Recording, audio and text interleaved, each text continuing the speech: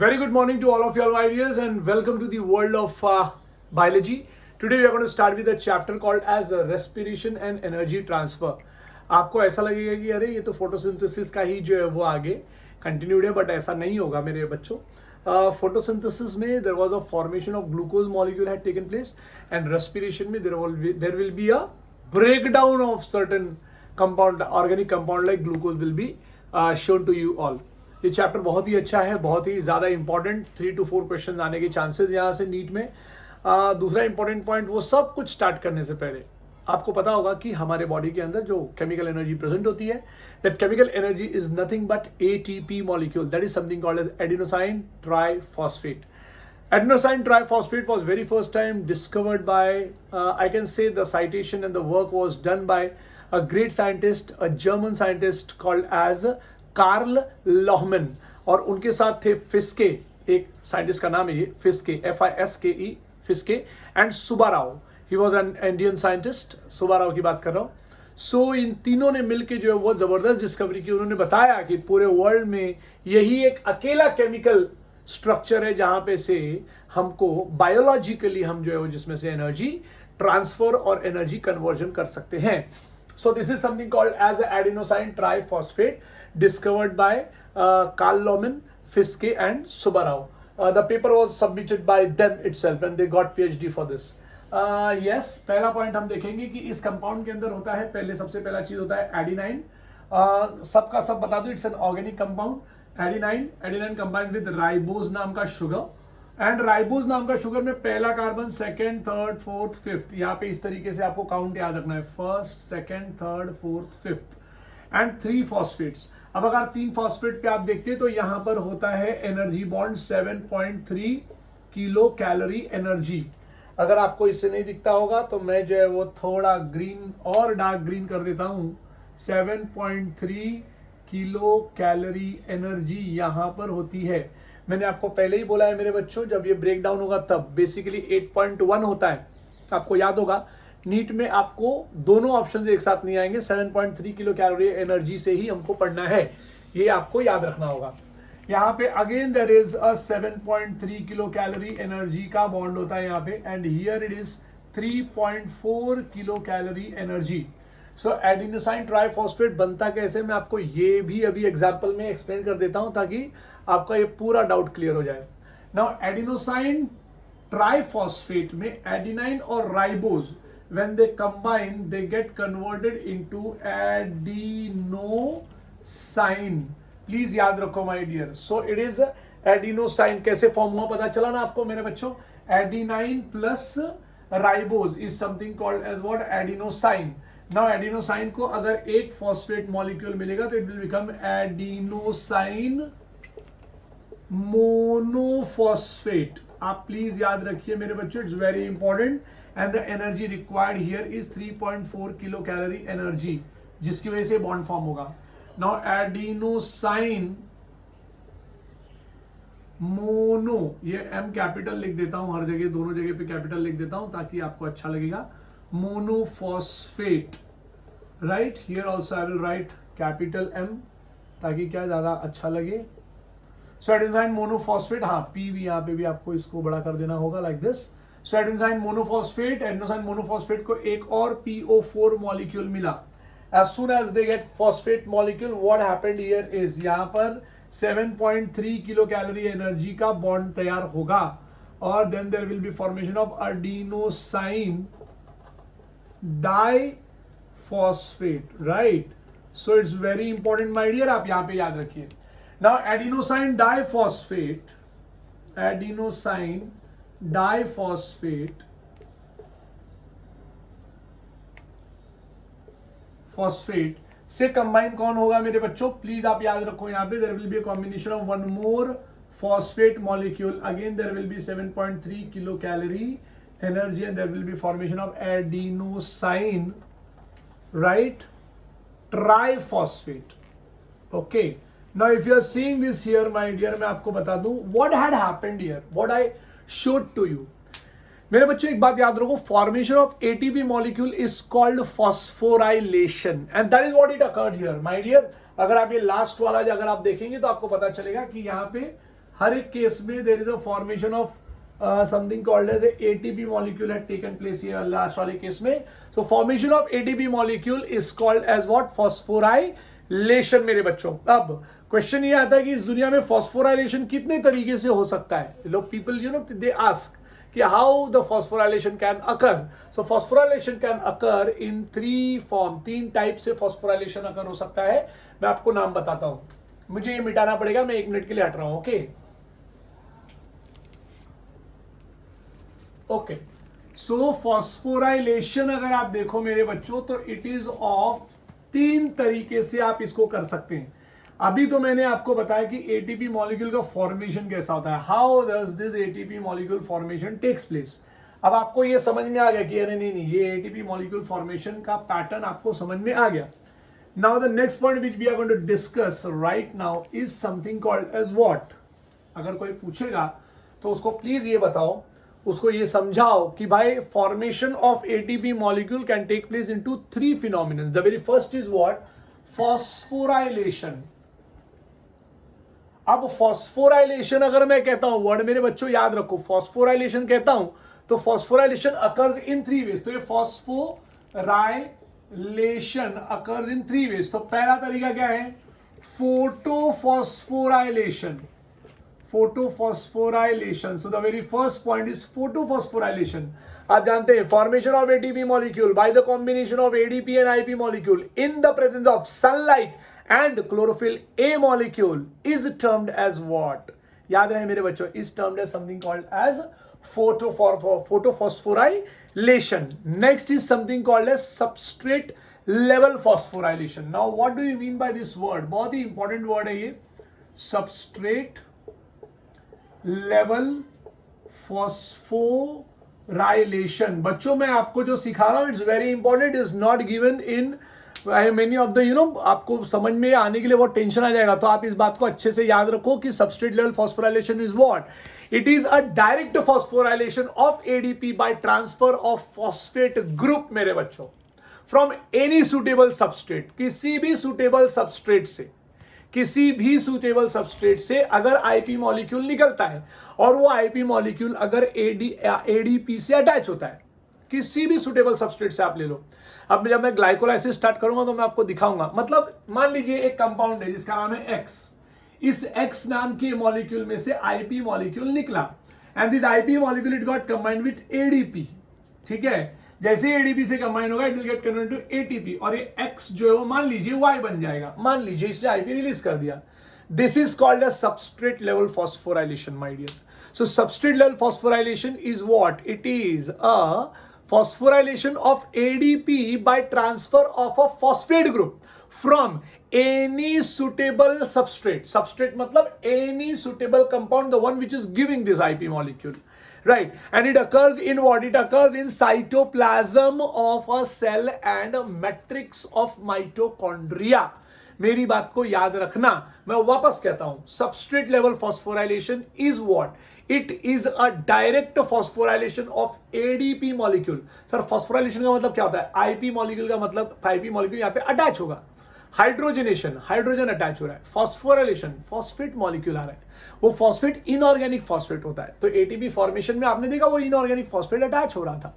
Substrate level phosphorylation is what? It is a direct phosphorylation of ADP molecule by transfer of phosphate group from any substrate, any suitable substrate. It occurs in dash cytoplasm and matrix. याद रहे मेरे बच्चों, cytoplasm of a cell and matrix of a mitochondria. अब यहां पर ये जो मैंने बताया सबस्ट्रेट लेवल फॉस्फोराइलेशन आपको समझ में आएगा. मतलब किसी भी एक कंपाउंड से आईपी मॉलिक्यूल अगर निकला तो वो आईपी मॉलिक्यूल अगर एडीपी को अटैच हुआ किसी कारण की वजह से, तो यस भाई हम उसको बोल देंगे something called as substrate level phosphorylation.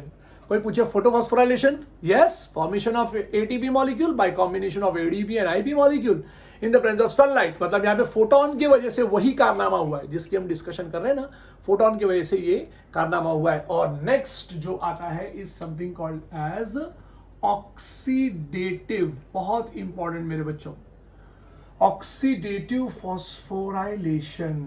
Now it is one of the most important fact to be checked.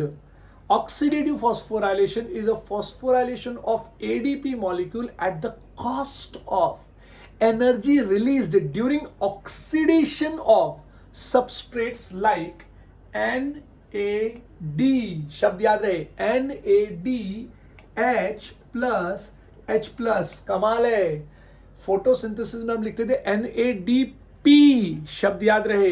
Respiration आ गया है, अब यहां पे NAD ही चलेगा, NADH. बच्चों लोग इसको NADH2 भी लिखते हैं, प्लीज याद रखना. ओके. और दूसरा नाम है FADH2. ये है FADH2. तो अगर भाई देखो क्या बोला है, इसका बहुत सिंपल सा लॉजिक है. यहाँ पे क्या बोलते हैं, oxidative phosphorylation is a phosphorylation. ये oxidative phosphorylation is a phosphorylation of ADP molecule at the cost of energy released during oxidation. भाई इनका ऑक्सीडेशन होगा, ये हाइड्रोजन निकलेगा. Oxidation of substrate like NADP बोलू नहीं, NADH plus H plus and FADH2. This occurs on the inner mitochondrial membrane only. शब्द याद रहे मेरे बच्चों, पढ़ाऊंगा पूरा ये पॉइंट आपको. माइटोकॉन्ड्रिया के इनर मेम्ब्रेन पे ये अकर होता है मेरे बच्चों. And when energy is required for any metabolic process. आपने अभी अभी पढ़ा कि देखो एटीपी मॉलिक्यूल फॉर्म हो रहा है, राइट. आपने अभी अभी पढ़ा मेरे सामने कि सर आपने हमको पढ़ाया, देखो सर एटीपी मॉलिक्यूल फॉर्म हो रहा है, बराबर है. लेकिन ये एटीपी मॉलिक्यूल फॉर्म हो रहा है तो एटीपी मॉलिक्यूल भाई टूट भी जाएगा. एडीपी और आईपी होगा और ये 7.3 किलो कैलोरी एनर्जी किसी मेटाबॉलिक रिएक्शन में यूज हो जाएगा. For example, the way I am talking to you, मैंने खाना खाया, when I ate food, that food had been broken down. फिर बाद में ग्लूकोज मॉलिक्यूल आया, ग्लूकोज मॉलिक्यूल का ब्रेक डाउन हुआ, वहां से फॉर्मेशन हुआ NADH प्लस H प्लस का, FADH2 का फॉर्मेशन हुआ और फिर NADH प्लस, ये जो दिख रहा है ना आपको NADH प्लस H प्लस, ये मेरे माइटोकॉन्ड्रिया के इनर मेम्ब्रेन में उसका ऑक्सीडेशन हुआ, ये दोनों का. और फिर रिलीज हुई एनर्जी मेरे बच्चों, एनर्जी रिलीज हुई और ये एनर्जी रिलीज होने से फिर ये एटीपी मॉलिक्यूल बना, राइट. अब मेरे बॉडी में बहुत सारा एटीपी मॉलिक्यूल है. मेरा बात समझो, मैंने क्या बोला. आई एट फूड, खाना खाया, डाइजेशन अकर हुआ. जैसे ही डाइजेशन अकर हो गया मेरे बच्चों, it went the mineral, the carbohydrates, proteins, fats, all of them they entered into blood से जो है रीच कर गए सेल्स में रीच करने के बाद कमाल का काम किया. सेल में रीच करने के बाद वो ग्लूकोज मॉलिक्यूल गया होगा, टूटा होगा, सेल ने उसे तोड़ा होगा, तोड़ के ये NADH प्लस बनाया होगा, NADH plus H plus FADH2 बनाया होगा. यहां तक का प्रोसेस तैयार हुआ. फिर ये NADH प्लस H प्लस ये FADH2, ये सब लोग गए मेरे माइटोकॉन्ड्रिया के इनर मेम्ब्रेन में और वहां पे ये ATP फॉर्म हुआ. Therefore, mitochondria is termed as powerhouse of a cell because inner membrane में there is a formation of ATP molecule takes place. लेकिन ये ATP molecule फिर से टूटेगा कब? जब मेरे बॉडी में चलना, बोलना, खाना, पीना, सोना, उठना, रोना, गाना, हंसना, ये सारे काम के लिए मैं अपने आंख बंद करके खोल दूं ना ऐसे, 10 लाख एटीपी मॉलिक्यूल टूट गए. फिर बंद करूंगा, 10 लाख एटीपी मॉलिक्यूल टूट गए. बहुत सारे ऐसे एटीपी मॉलिक्यूल्स ब्रेक हो रहे हैं. बहुत सारे एटीपी मॉलिक्यूल्स ब्रेक हो रहे हैं. तो वो एटीपी मॉलिक्यूल बनेगा कैसा? वो बनेगा जब मैं फूड खाऊंगा, ग्लूकोज का ब्रेक डाउन होगा, NADH plus H plus form होगा, FADH2 फॉर्म होगा. फिर NADH2 और FADH2 जाएंगे, वो जो है वो ATP बनाएंगे. वही मेरे ADP और IP को लेके, ये जो ADP और IP बना है ना, ये अगेन ये एनर्जी रिलीज कर दिया ना, वापस ये इधर आएंगे, इनसे सब रिएक्शन चालू होगा. And again they will be made like this. So मेरा चलना, बोलना, खाना, पीना, सोना, उठना, रोना, गाना, for everything what I require is something called as ATP molecule. That ATP molecule बनने के प्रोसेस, मेरा शब्द याद रखो मैं क्या बोल रहा हूं, बनने, ATP मॉलिक्यूल बनने के प्रोसेस को ऑक्सीडेटिव फॉस्फोराइलेशन बोलते हैं. प्लीज याद रखना बेटा. एटीपी मॉलिक्यूल टूटने के प्रोसेस को नहीं बोल रहा हूँ, एटीपी मॉलिक्यूल टूट रहा है जब when I am talking this chemical energy है जो 7.3 किलो कैलोरी एनर्जी है ना मेरा बच्चा, दिस एनर्जी एटीपी टूटा है तो मैं ये बोल पा रहा हूँ, साउंड एनर्जी में कन्वर्ट हो गया। 2 दिन खाना नहीं दूंगा ना आपको, या 2 दिन मम्मी पापा खाना नहीं देंगे ना, आपका आवाज एकदम स्लो हो जाएगा। Why? Because ATP was not form, and if ATP is not form, how ATP will be used? नहीं यूज कर पाओगे। तो एटीपी ही नहीं है, एनर्जी ही नहीं है, तो बोल नहीं पाओगे, सिंपल सा बात है। So when energy is required for any metabolic process in our body, ATP is hydrolysed. ये जो मैंने किया ना मेरा बच्चा यहाँ पे, इसको हाइड्रोलाइज्ड बोलते हैं मेरे बच्चे। It had been broken down मेरे बच्चे, hydrolysed. ATP is hydrolysed my dear, and ATP hydrolysis releases what? The energy. ये एनर्जी रिलीज करता है। ATP hydrolysis releases the energy which is used for certain metabolic activity। अरे आपका circulation, आपका बोलना, खाना पीना, चलना, एवरीथिंग, रेस्पिरेशन, सब इसकी वजह से चलता है। रेस्पिरेशन मतलब ब्रीदिंग की बात कर रहा हूँ, सर्कुलेशन हो गया, मेटाबॉलिक एक्टिविटीज हो गए। तो व्हाट इज बेसिकली रेस्पिरेशन? चलो रेस्पिरेशन पे आ जाते हैं, है ना। मुझे एटीपी मॉलिक्यूल फॉर्म करना है कि नहीं करना है, मैं यहाँ पर की बात कर रहा हूँ। मुझे ये एटीपी मॉलिक्यूल फॉर्म करना है ना, तब तो मैं इसको ब्रेक डाउन कर पाऊंगा। तो हमारा जो चैप्टर है, the chapter is how the ATP molecule is made. How the ATP molecule is made. बनने के 2 तरीके हमारे पास हैं।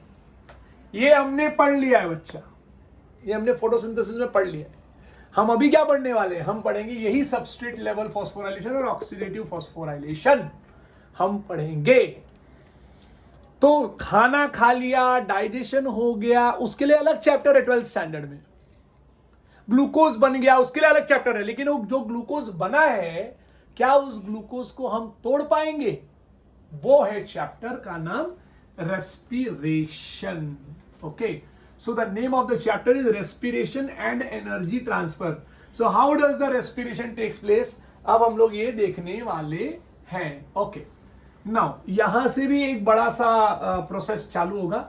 मैंने आपको बताया, मोटी मोटी बात बता देता हूं। What I told you is my dear, पहला पॉइंट मैंने आपको बताया कि रेस्पिरेशन क्या होता है, ये मैंने डिस्कस नहीं किया आपसे।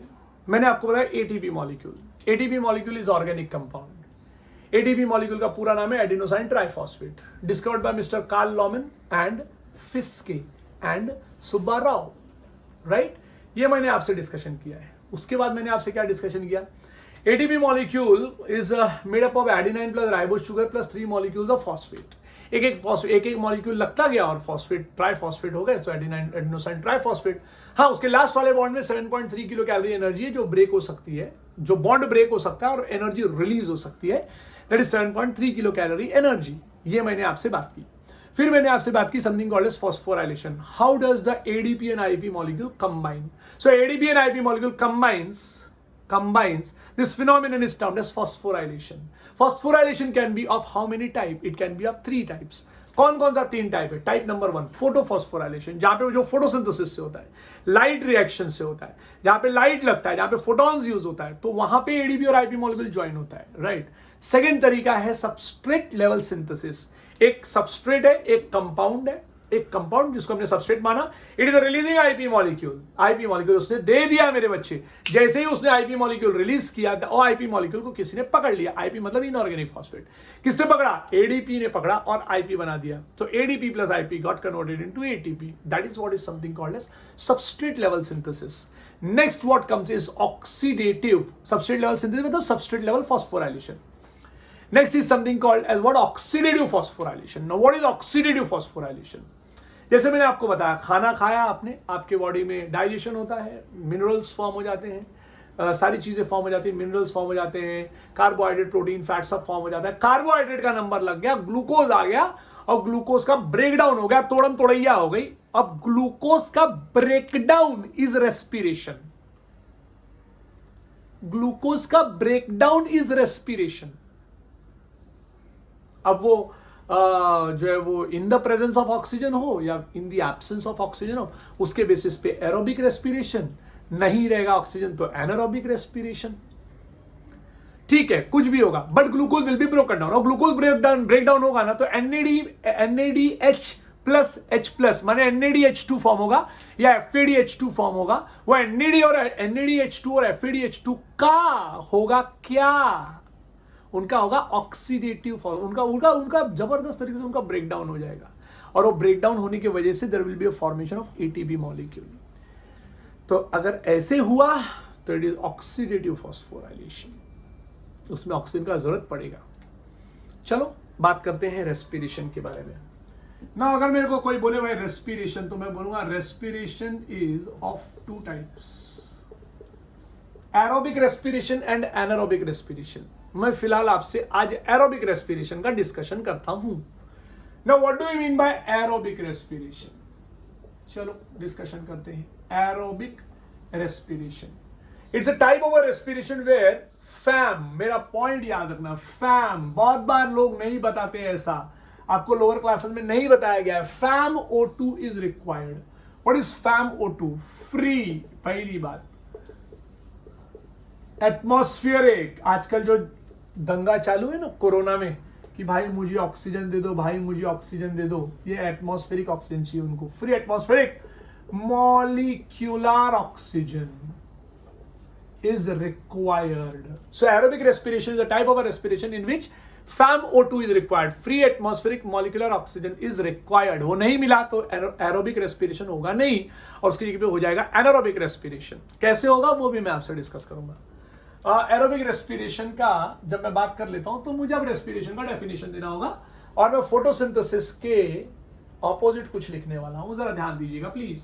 C6H12O6 plus 6O2 in the presence of, by sunlight and chlorophyll ए मत बोल देना, in the presence of enzymes, in the presence of enzymes gives you क्या शब्द बताओ मुझे? 6CO2।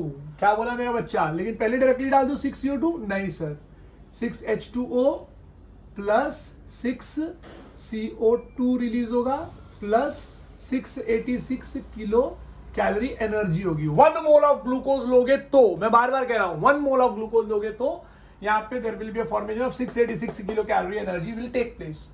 अब कमाल की बात यह है कि सर आप ये क्या बोल रहे हो सर, आप हमको ग्लूकोज मॉलिक्यूल है, मैं बोलूंगा हाँ ठीक है सर, लेकिन हमने पढ़ा था कि सर ये 686 की जगह 38 ATP आता है, हमने पढ़ा था ऐसा। आप बोलोगे मुझे सर हमने ऐसा पढ़ा था, मैं आऊंगा उस पॉइंट पे, लेकिन पहले थोड़ा सा डिस्कशन कर लूंगा। डेफिनेशन पढ़ लेते हैं रेस्पिरेशन का। Respiration is defined as what? Catabolic. देखो कितना अच्छा नाम बोला मैंने, कैटाबॉलिक। व्हाट इज कैटाबॉलिक मेरा बच्चा?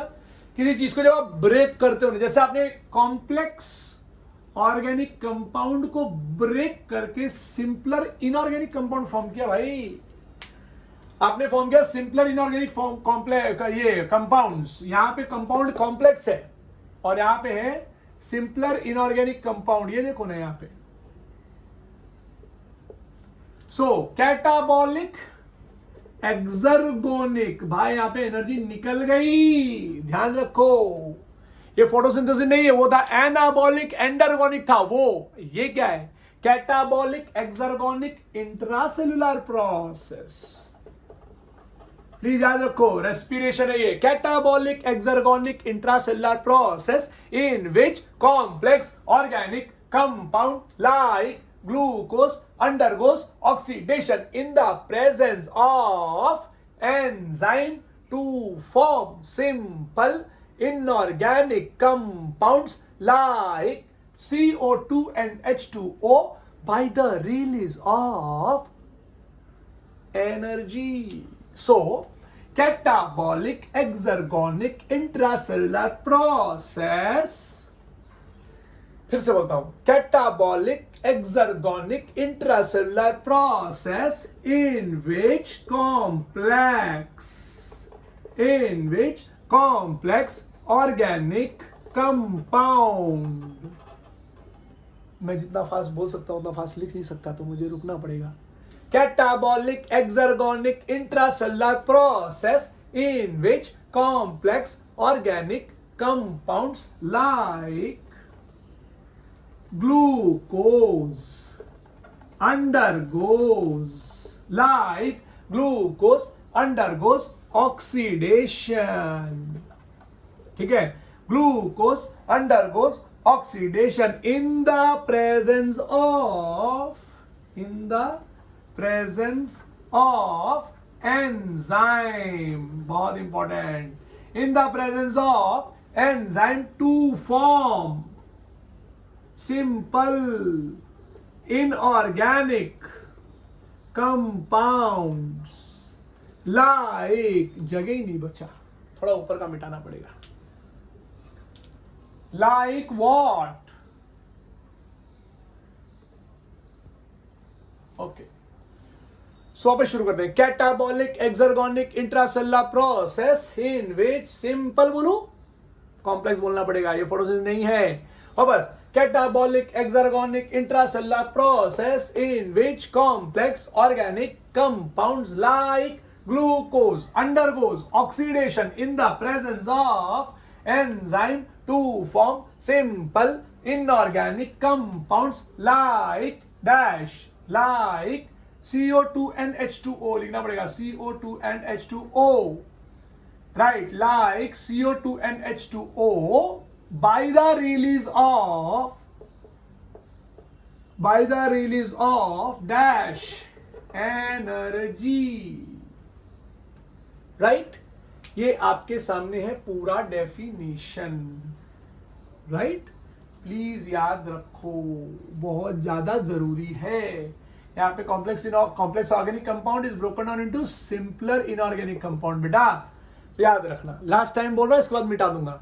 Catabolic exergonic intracellular process in which complex organic compounds like glucose undergoes oxidation in the presence of sunlight, बोलू क्या, in the presence of enzyme to form simple inorganic compounds like CO2 and H2O by the release of energy. आप बोलोगे sir H2 और CO2 लिखा है, आप CO2 और H2O बोलते हो. हाँ, आप टेंशन मत लो, वो कैसा है, वो गाना बनाने के लिए मैंने ऐसे कर दिया. आपको चाहिए तो आप ऐसे लिख सकते हो, या चाहिए तो रिवर्स में भी लिख सकते हो, by the release of energy. ठीक है, अब आपको थोड़ा एक और छोटा सा प्यारा सा पॉइंट मुझे बताना है, ताकि आपको समझ में आए कि मैं क्या एक्सप्लेन करने की कोशिश कर रहा हूं. क्योंकि आपने मुझे अभी अभी आपके दिमाग में डाउट आएगा कि सर लेकिन हम तो जब बचपन में पढ़ते तो वहां पे एटीपी लिखा था. तो भाई, एक मोल ऑफ ग्लूकोज को तोड़ोगे तो 686 किलो कैलोरी निकलेगा. अरे इतना ज्यादा जो है वो एनर्जी निकलता है. तो अब उससे एटीपी कैसे बनेगा ये भी हम लोग देखते हैं.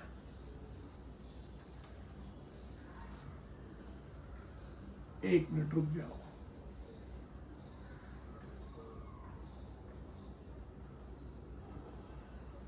ओके, सो अब हम लोग जो देखने वाले हैं, it is something called as what, बच्चे लोग, अब हम लोग जो देखने वाले हैं, it is very important topic.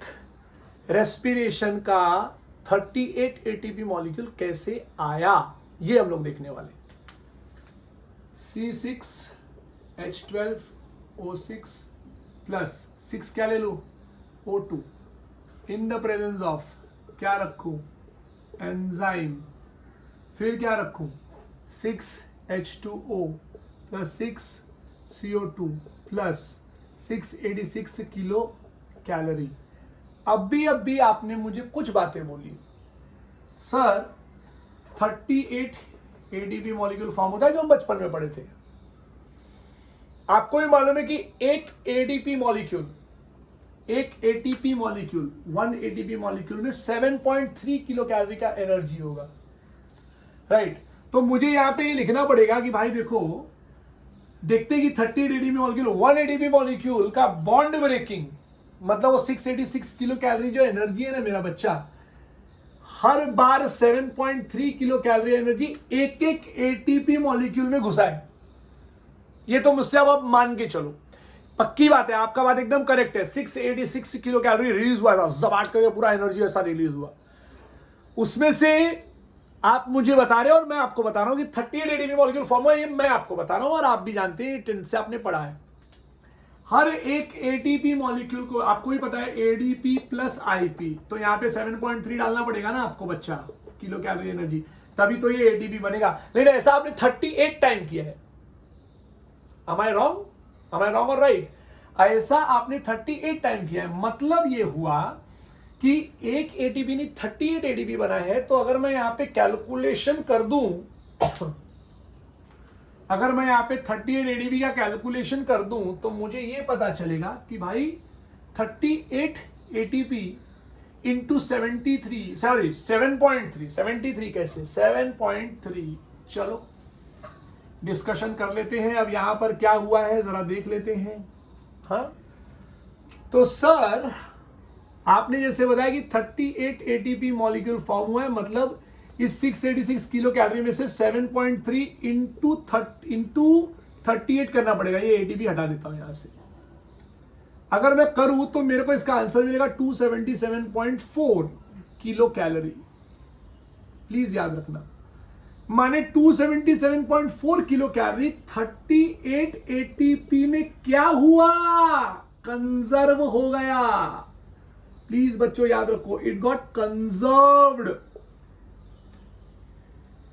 277.4 kilo calorie, please याद रखना। 3 8 24, 2 3 3 9 10 11, बराबर ना। सो ये ऐसे करके जब आप कैलकुलेशन करेंगे तो आपको आंसर मिल जाएगा। लेकिन मेरी बात समझिए कि 38 एटीपी मॉलिक्यूल में ये 277 किलो कैलोरी कंजर्व हो गया। मतलब कितने बड़ी बात है कि एक ग्लूकोज मॉलिक्यूल का, एक मोल ऑफ ग्लूकोज मॉलिक्यूल को ब्रेक डाउन कर दो, 686 किलो कैलोरी एनर्जी ऐसा निकलेगा, और 686 किलो कैलोरी एनर्जी में से 7.3 ऐसा 38 एटीपी में घुस जाएगा। 38 एटीपी में घुस जाएगा, गारंटीड। मैं बोलता हूं आपको गारंटीड। तो सर अगर आप ऐसा कर रहे हो तो मतलब 686.00 वो किलो कैलोरी ले लिया मैंने, 277.4 किलो कैलोरी अगर मैं कर दूं सर, तो यहां पे मेरे को मिलेगा कितना सर, कितना मिलेगा मेरे को यहाँ पे। मैंने यहां से 10 उठा लिया, 15 7, तो यहाँ पे 408.6 का क्या हुआ, ये आप मुझे बता दीजिए। आपका सवाल बहुत सिंपल है मेरे बच्चों, कि अगर आप देखें ध्यान से तो आपको पता चलेगा कि सर, मतलब आप ऐसा, आप मुझे पूछोगे कि सर आप ऐसा कहना चाहते हो कि 686 किलो कैलोरी एनर्जी रिलीज हुआ, उसमें से 277 किलो कैलोरी, 277.4 किलो कैलोरी ये 38 एटीपी में जाके कंजर्व हो गया, जो मेरे बॉडी में कंजर्व्ड है। ऐसा हर ग्लूकोज मॉलिक्यूल, हर मोल ऑफ ग्लूकोज मॉलिक्यूल के साथ हो रहा है।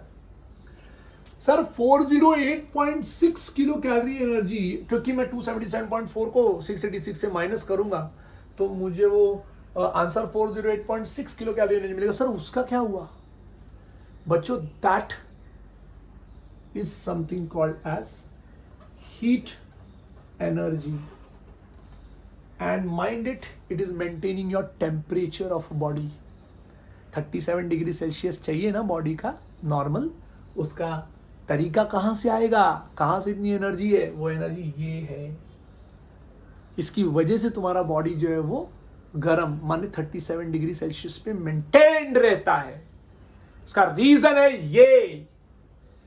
और तुम्हारा चलना बोलना, खाना पीना, सोना उठना, रोना गाना, every metabolic activity is occurring because of what, ये 277.4 किलो कैलोरी एनर्जी से। ऐसे बहुत सारे बन जाते हैं, ये तो मैंने 1 राउंड का बताया आपको। तो कंजर्वेशन कितने परसेंट का हुआ, 40% कंजर्व हो गया, और यहां पे हीट एनर्जी कितनी एस्केप हो गई, 60%। पूरे वर्ल्ड में कोई ऐसा मशीन नहीं बना जो 40% का एफिशिएंसी दिखा सके, and that is your cell which can show you something called as efficiency of 40%। समझे मेरे बच्चों, मेरे को याद रखो इस पॉइंट को, बहुत इंपॉर्टेंट है मेरे बच्चों, that 40% is what, 40% is conserved and 60% is given in escaped, मतलब 60% energy got escaped my dear. So ये जो पॉइंट आप पढ़ रहे हैं मेरे बच्चों, it is something called as heat energy which is escaped. तो मैं 1 मिनट के लिए हटता हूं, आप जो है इसको लिख लो।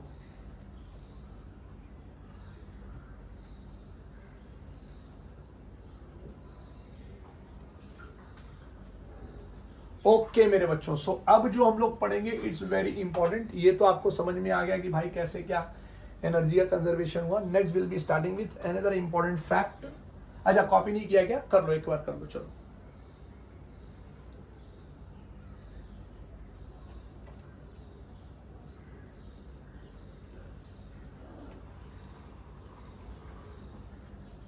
ओके तो इसको मिटा देता हूं अभी and will be starting with aerobic respiration. Anaerobic respiration के बारे में बाद में बात करूंगा मैं, अभी बात नहीं करूंगा। I will not talk about anaerobic respiration right now, no no no no no, I will not talk. हम बात करेंगे एरोबिक रेस्पिरेशन का। चलो, what do you mean by aerobic respiration? Aerobic respiration is what? It is defined as a phenomenon in which the FaMO2, right? मतलब free atmospheric molecular oxygen चाहिए मुझे, right मेरे बच्चों, याद रखना है। Free atmospheric molecular oxygen is required. So aerobic respiration is a type of a respiration which requires free atmospheric molecular oxygen. अब aerobic respiration कितने पार्ट में होता है? तो aerobic respiration occurs in 3 major reactions. पहला है ग्लाइकोलाइसिस, सेकंड है, बच्चों लोग याद रखो 3 मेजर बोल रहा हूं, Krebs cycle, and third is बहुत ही ज्यादा important is glycolysis, Krebs cycle हो गया। अब जो थर्ड तुम लोग पढ़ने वाले हो मेरे बच्चों, थर्ड है ETS, इलेक्ट्रॉन ट्रांसपोर्ट सिस्टम। बहुत सारे नाम है जो मैं टाइम पे लेता रहूंगा ETS के। ये 3 मेजर हुआ, लेकिन अगर आप एक्चुअली देखेंगे तो इट इज ग्लाइकोलाइसिस, फिर आता है लिंक रिएक्शन, ये माइनर है ना इसलिए इसका नाम नहीं रखा, क्रेब्स साइकिल और ETS, इलेक्ट्रॉन ट्रांसपोर्ट सिस्टम। सो 3 मेजर टाइप लिख देंगे यहाँ पे मेरे बच्चों, और यहाँ पे लिख देंगे 4 स्टेजेस में, 3 मेजर स्टेज लिख देते हैं। चलो, सो दिस इज, याद रखना मेरे बच्चों, एरोबिक रेस्पिरेशन को 2 तरीके से लोग एक्सप्लेन करते हैं। यहाँ पर ग्लाइकोलाइसिस, क्रेब्स साइकिल और ETS के बारे में सोचते हैं, यहाँ पे glycolysis, link reaction, Krebs cycle, ETS 4 के बारे में सोचते हैं। अब let us start with something called as aerobic respiration का पहला स्टेज, पहला पार्ट इज ग्लाइकोलाइसिस। नाउ मेरे को अगर कोई पूछे what do you mean bye glycolysis, तो मैं यहाँ पे क्या क्या लिखूंगा ना वो जरा देख लो, और फिर उसके बाद will complete the point now. Okay, so पहला पॉइंट ये आएगा मेरे बच्चों, ग्लाइकोलाइसिस का मतलब क्या होता है। सो ये ले लो, ग्लाइकोलाइसिस, ग्लाइको मतलब ग्लूकोज, लाइसिस मतलब break down.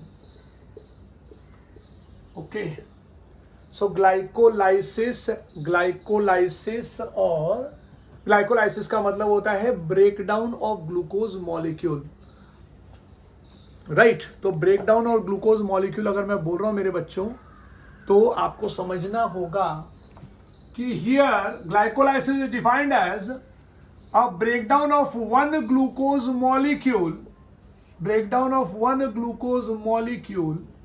into 2 molecule of pyruvate or pyruvic acid. So breakdown of one glucose molecule, मेरे बच्चों प्लीज याद रखो, it is breakdown of one glucose molecule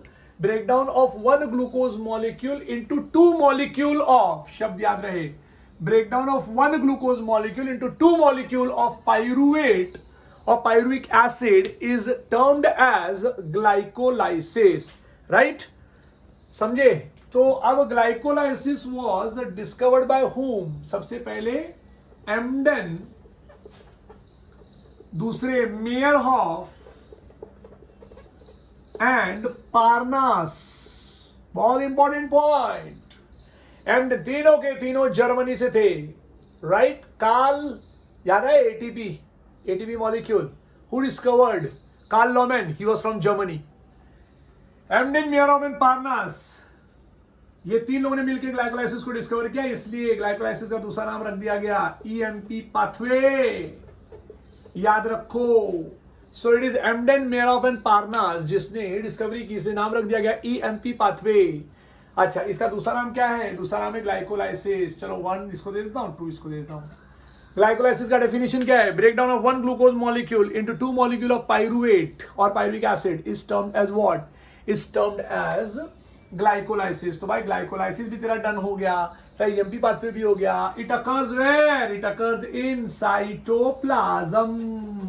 therefore glycolysis का तीसरा नाम पड़ता है साइटोप्लाज्मिक